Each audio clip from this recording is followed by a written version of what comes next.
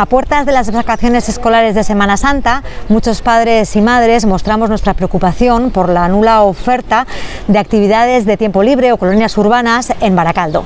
Sí que existen muchas alternativas privadas, pero como responsables municipales se debería garantizar esta oferta de actividades de una forma asequible, evitando así las desigualdades por motivos económicos.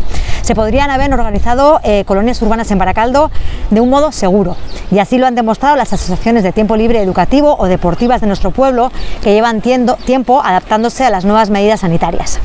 Otro ejemplo es el vecino Ayuntamiento de Bilbao, donde se han ofrecido cerca de 400 plazas para esta Semana Santa, con el objetivo de que los y las más pequeñas pues tengan espacios de diversión y ocio educativo. No entendemos que algo que se venía desarrollando otros años deje de hacerse por no adaptarlo a la nueva realidad. ¿Por qué en Bilbao se puede y en Baracaldo no?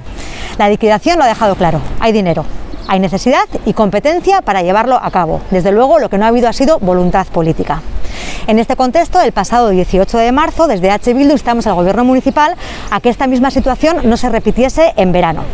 Un día antes de que este tema se vaya a trabajar en el Pleno, el área de Cultura nos informa de que efectivamente va a haber colonias urbanas en verano. Una vez más, el Gobierno municipal de Baracaldo llega tarde, y durante estas vacaciones de Semana Santa, habiendo sido posible, nuestras niñas y niños no tendrán ninguna oferta de carácter público de ocio y tiempo libre.